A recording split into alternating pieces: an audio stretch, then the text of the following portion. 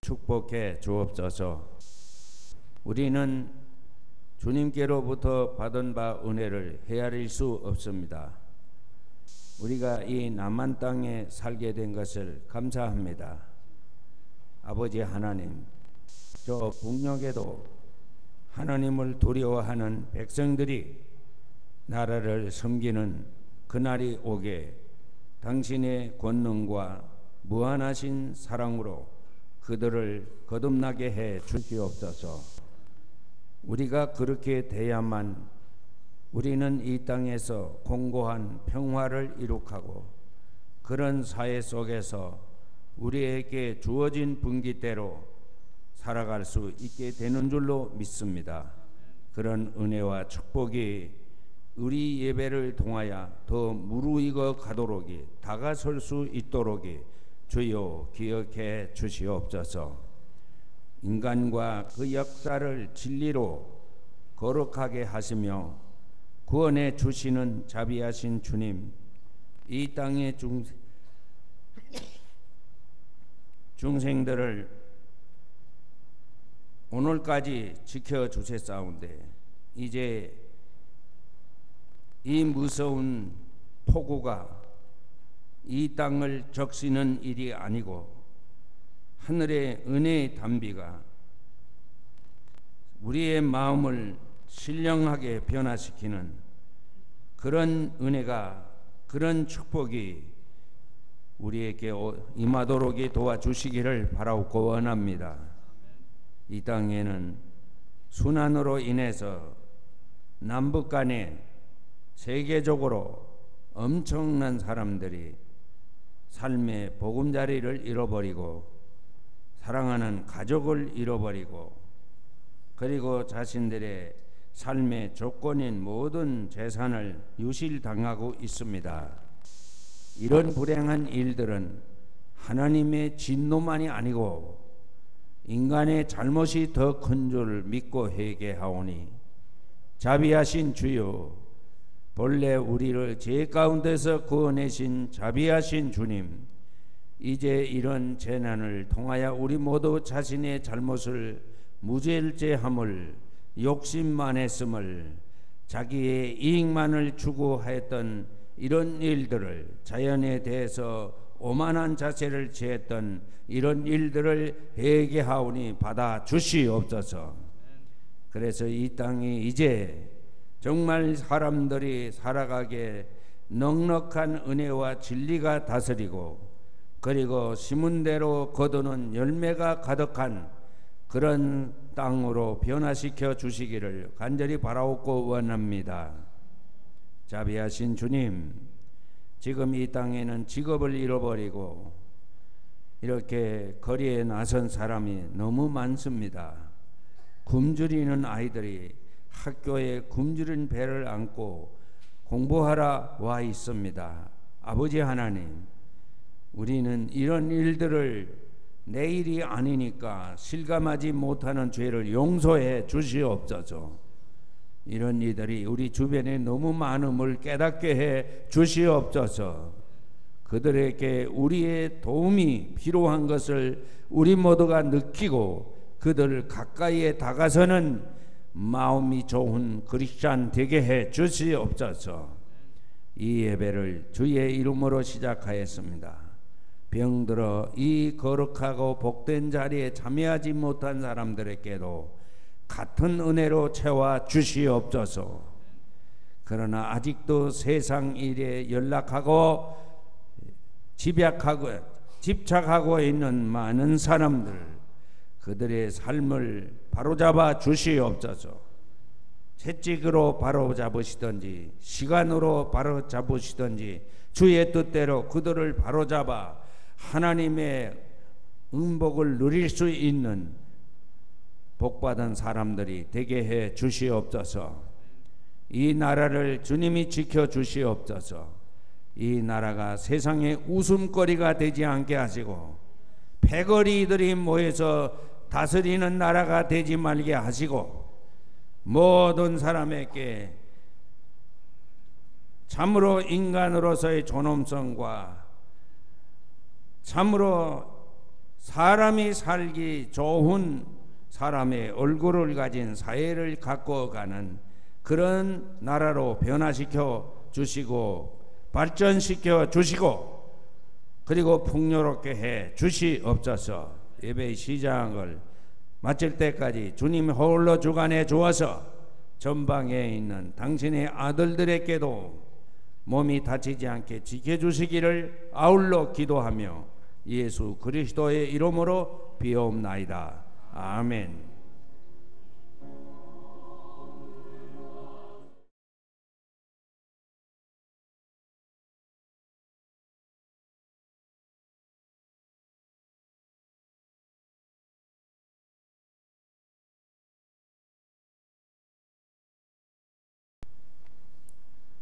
폭우가 쏟아지는 가운데 교회까지 오는데 어려움이 많았으리라고 생각합니다.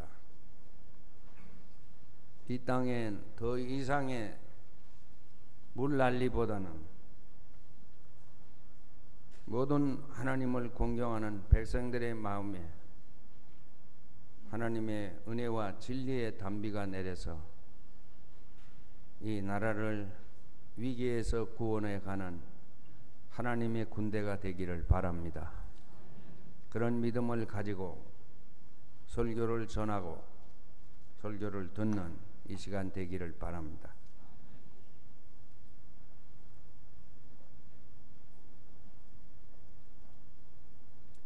오늘 누가복음에 봉독해 드린 말씀은 크리스마스 때 주로 읽는 성경 구절입니다. 그러나 우리가 지금 몸담고 살고 있는 이 시대에 너무나 비근한 점이 있어서 저는 오늘 이 말씀들을 소재로 설교를 드리려고 합니다. 예수 잉태 소식을 들은 마리아,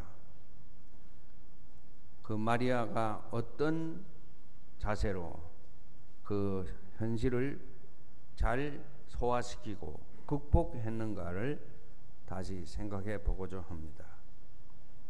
1장 46절에는 내 마음이 주님을 찬양하며 내 영혼이 내 구주 하나님을 높임은 주께서 이 요정의 비천함을 돌보셨기 때문입니다. 이 마리아는 사실은 청천벽력 같은 소식을 들었습니다. 분명히 처녀의 몸이었는데 그 자신의 몸에 아기가 생겼다는 겁니다. 인류 역사상 이런 이야기는 처음 있었던 일입니다.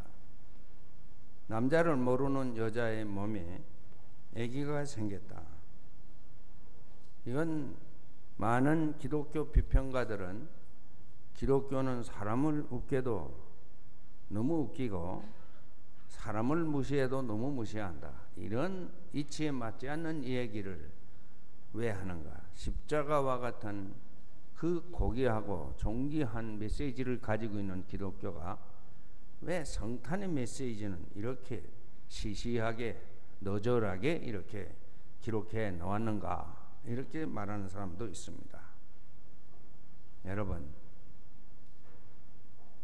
여러분이 모두 처녀였던 때를 생각해 보세요. 만일 나에게 그런 청천벽력 같은 소식이 전해졌다면 나는 어떻게 했을까요? 여성으로서의 순결이 붕괴되고 인생으로서 이제 파멸의 길에 들어선 것입니다. 이런 상황에 부딪히면 사람은 너무 억울해서 자결해 버리거나 아니면 임신 중절이라는 과학적인 방법으로 제 살 길을 찾으려고 하는 것입니다. 그런데 마리아는 이런 놀라운 사실, 너무나 황당무계하고 너무나 하늘이 무너지는 것과 같은 참담한 그런 소식을 듣고도 그는 그 사실을 주께서 이 여종의 비천함을 돌보시기 때문에, 주님이 나를 돌보셨기 때문이라고 그렇게 해석을 했습니다. 원망과 울분과 정신착란이 아닙니다. 그런 것으로 인한 자포자기 행위도 아닙니다. 그건 이 여인은 정말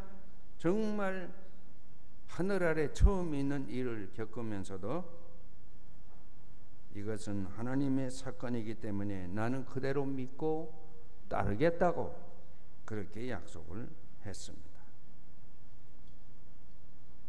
믿음이라는 것이 무엇일까요? 모든 것이 많이 우리에게 우리 소원대로 이루어져서 하나님 할렐루야, 그게 아닙니다.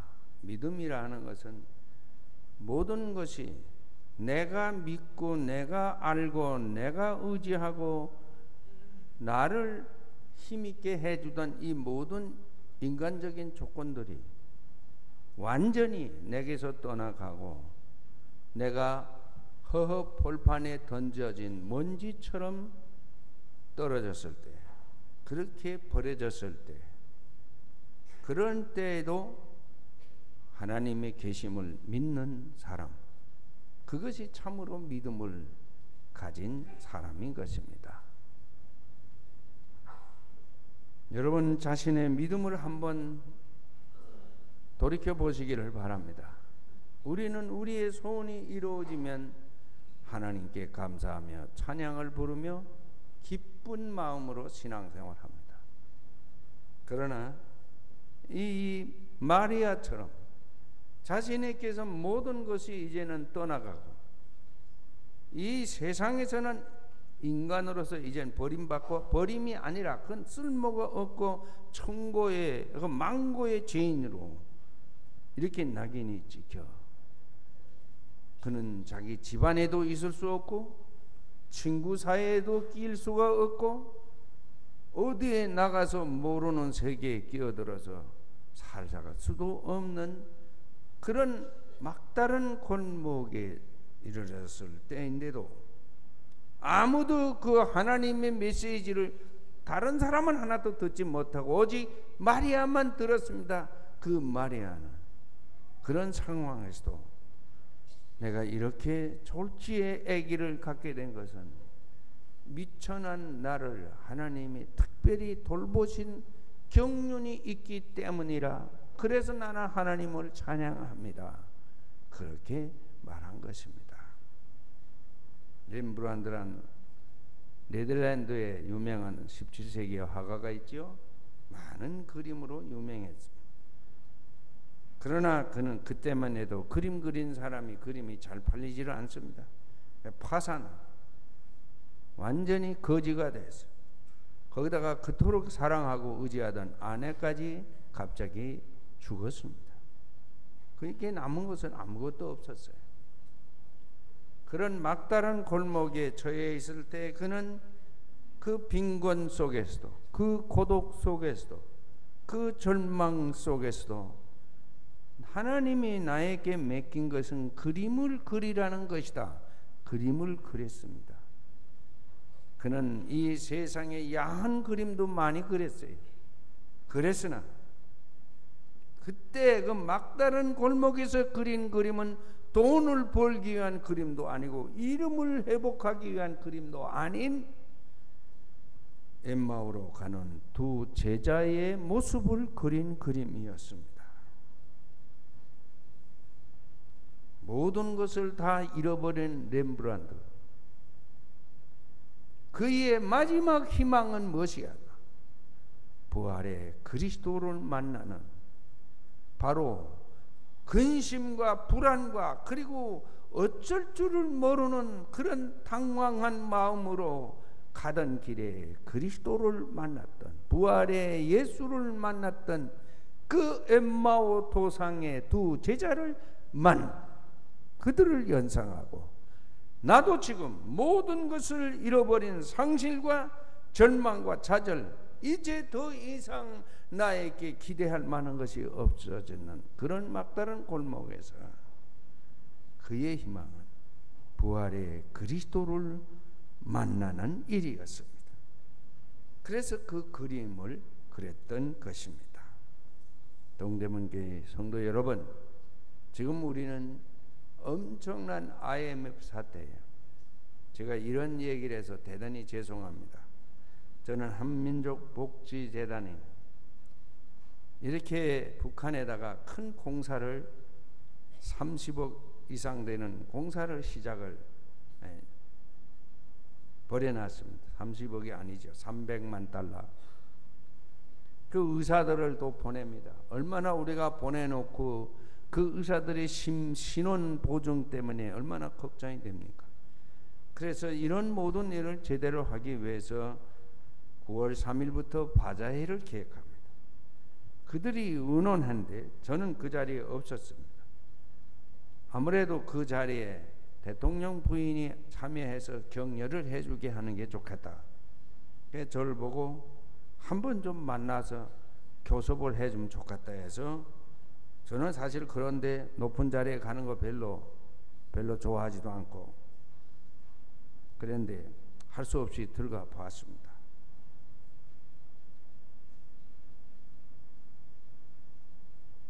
그분이 제일 먼저 하는 말이, 이 IMF를 벗어나기도 전에 이런 수재가 와서 참, 그리고 한숨을 짓대요.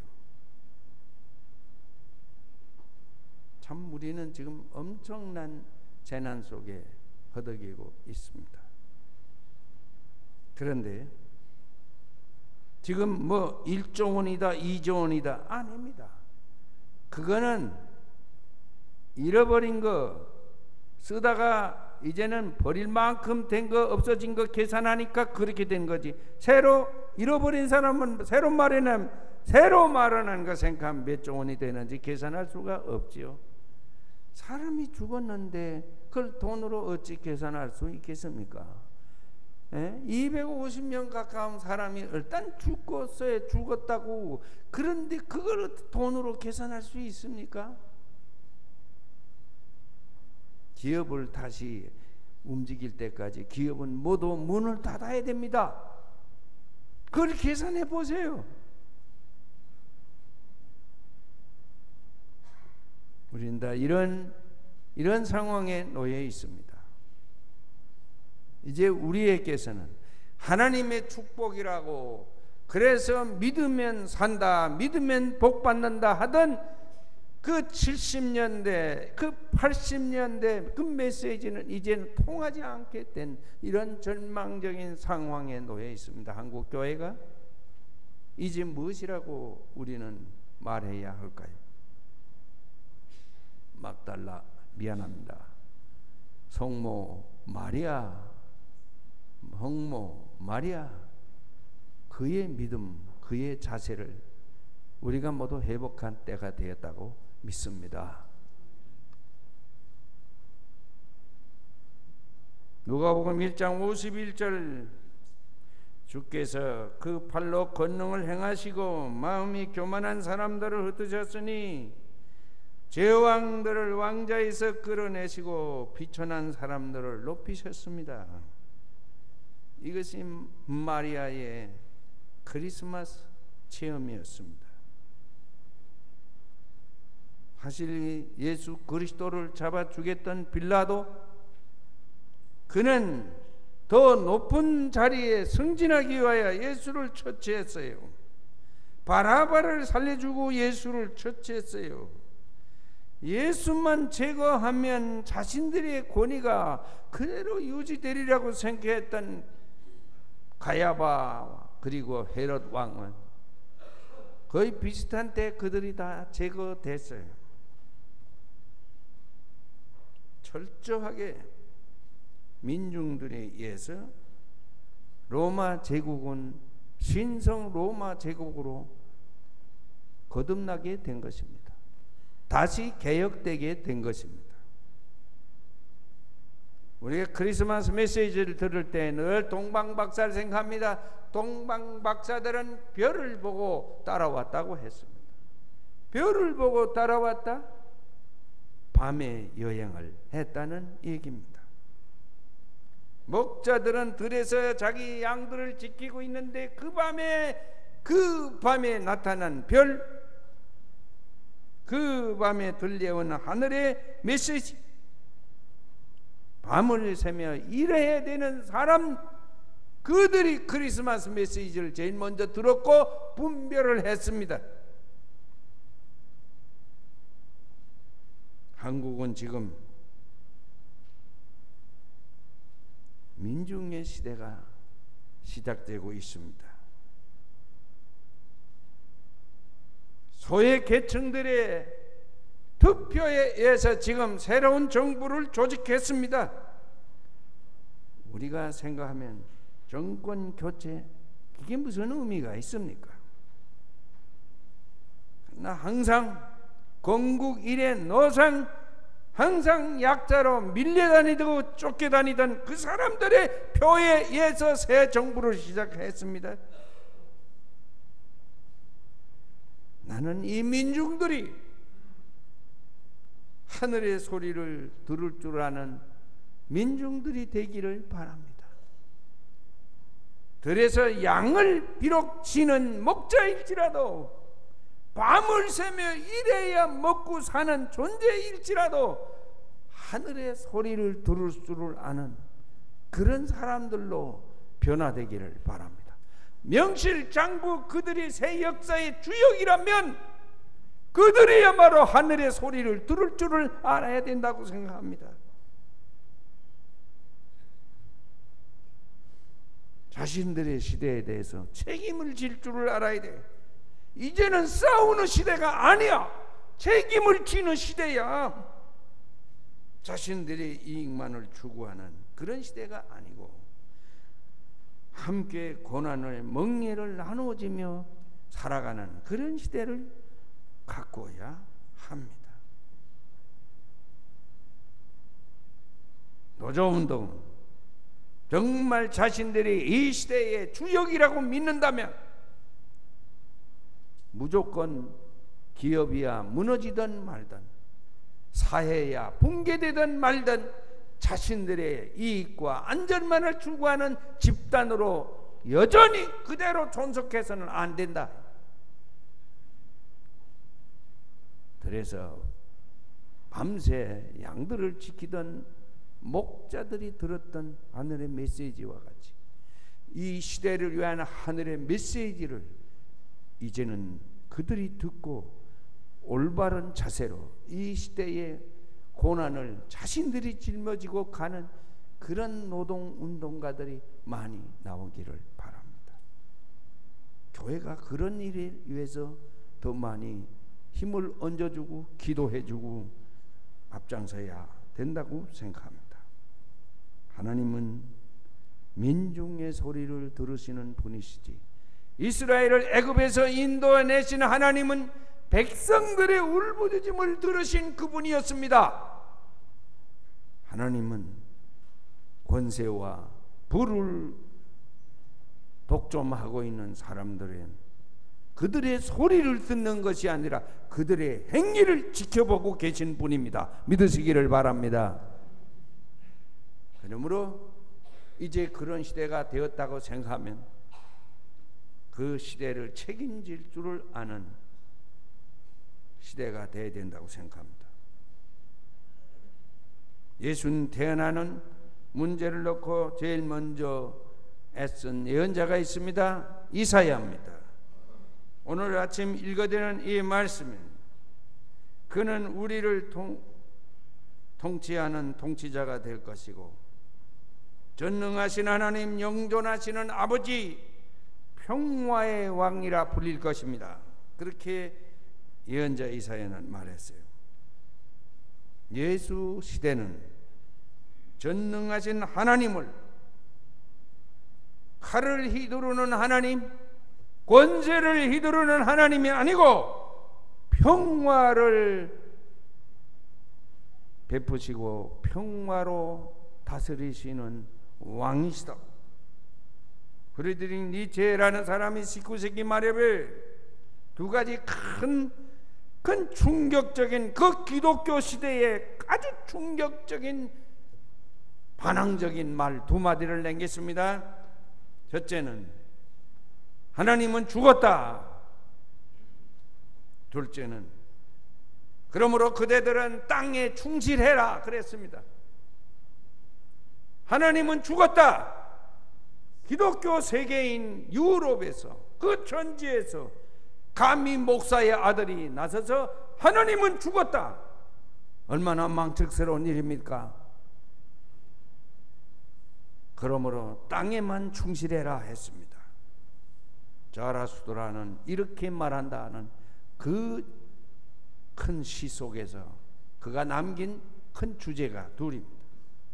그런데 현대인은, 20세기인들은 이 니체의 이 두 가지 큰 표를 전반부 하나님은 죽었다 하는 것은 박수를 치며 받아줬습니다. 그런데 그러므로 땅에 충실해라는 이 말은 전적으로 거부했습니다. 그 결과 20세기에는 세계적인 전쟁이 가장 많이 벌어졌고, 자연이 가장 많이 파괴되었고, 환경이 가장 많이 오염되었고, 도덕성이 가장 밑바닥으로 전락해 버린 시대가 됐습니다. 모르겠습니다. 저는 사회학자가 아니어서 어떻게 해석해야 될는지는 모르지만 중국에 이번에 큰 재난이 일어났지요. 양자강과 송하강입니다. 송하강은 만주 북방에 있는 강이고 백두산에서 흘러들어간 한 지루입니다. 그게 저 하루핀 지대에서 양자강은 흘러 내려오는데 어디에 와서 덮치게 되느냐?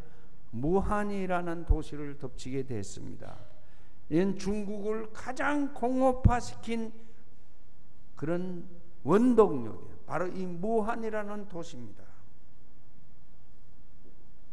한쪽은 공업도시, 한쪽은 유전, 기름을 짜내는 유전이 있는 중국의 가장 핵심적인 지역입니다. 그 두 지역에 수마가 들이닥쳤습니다. 왜 이런 일이 있었을까요? 그들이 이 무한이라는 공업단지를 통해서 중국이 벌어들이는 그동안의 소득보다, 하룻빈 이 유전지대에서 중국이 기름을 채취해서 팔아먹은 그 소득보다 이번 수재로 인해 잃어버린 게 더 많습니다. 무엇을 말해줄까요? 사람은 하나님 앞에서 겸손해야 합니다. 그리스도 안에서 이웃 간의 평화를 도모하며 살아야 합니다. 그리고 하나님의 피조물인 이 땅을 경건한 마음으로, 나를 먹여 살리고 내 생명을 지켜주는 땅으로 두렵고 떨림으로 잘 보살펴야 합니다. 잠언 8장 16절에 있는 말씀입니다. 내 도움으로 지도자들이 바르게 다스리고 재판하는 사람들도 올바른 판결을 내린다. 우리 모두 이런 나라가 되도록 더 많이 기도하고, 우리 자신이 그런 나라의 주체 세력이 되도록 주님께 간구합시다. 동대문 교회 성도 여러분, 이 바로는 나라를 생각하는 계절입니다. 이때 내가 이 나라를 위해 할 수 있는 일이 뭔가, 그것을 찾아서 올바른 처신을 해주기를 주님의 이름으로 권면합니다.